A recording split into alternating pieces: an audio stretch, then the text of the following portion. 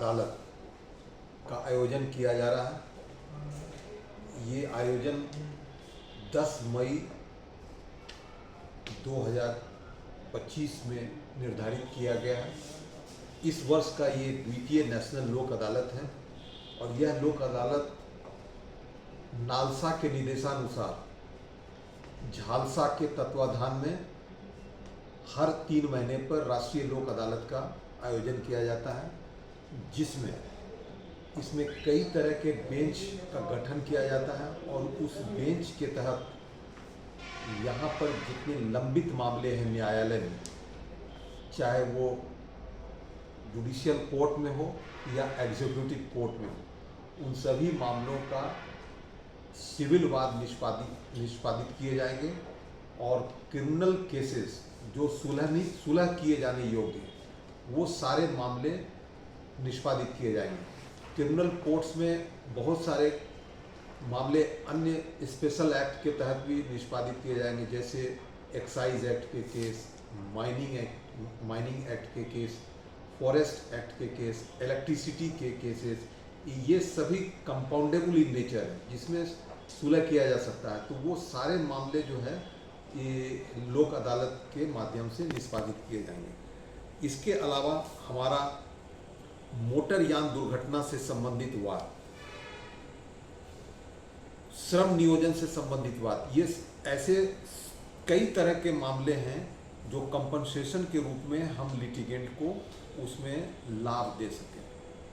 तो एक तरह पेंडिंग केसेस हैं, दूसरी तरफ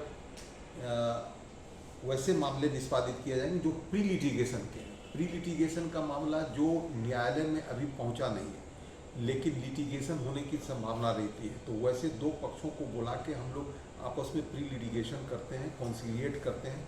जैसे बैंक का ऋण हुआ या और विद्युत जल बिल एवं अन्य भुगतान संबंधी, भूमि अधिग्रहण संबंधी, राजस्व से अन्य संबंधित मामले और जितने भी फिनेंशियल इंस्टीट्यूशन के ऋण के मामले हैं वो सारे मामले इस प्री लिटिगेशन में निष्पादित किए जाएंगे। इसका मुख्य उद्देश्य नेशनल लोक अदालत का है कि न्यायालय में जो वादों का अतिरिक्त बोझ है उसको लंबी प्रक्रिया नहीं अपनाकर एक शॉर्ट प्रक्रिया अपनाकर दोनों पक्षों के बीच में आपस में सुलझाने का प्रयास हम लोग सुलझा कर केस को निष्पादित करते हैं।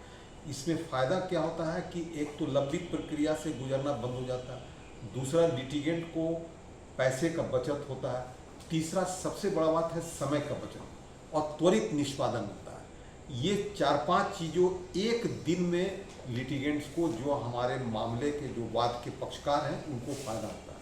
और इस न्यायालय में, नेशनल लोक अदालत में जो फैसले होते हैं इसकी अपील नहीं होती है और किसी की हार नहीं होती है, बल्कि दोनों पक्षकार की जय घोष होती है, दोनों पक्षकार विजयी होते हैं। तो इस न्यायालय का अतिरिक्त बोझ को कम करने की दिशा में ये बहुत महत्वपूर्ण कदम है और लोक अदालत का एक समाज में बहुत अभिन्न अंग है, जिसके तहत पूरे समाज में ये मैसेज जाता है कि जो भी मामले हैं हमारा बहुत उम्मीद से नेशनल लोक अदालत में ख़त्म कर सकते हैं।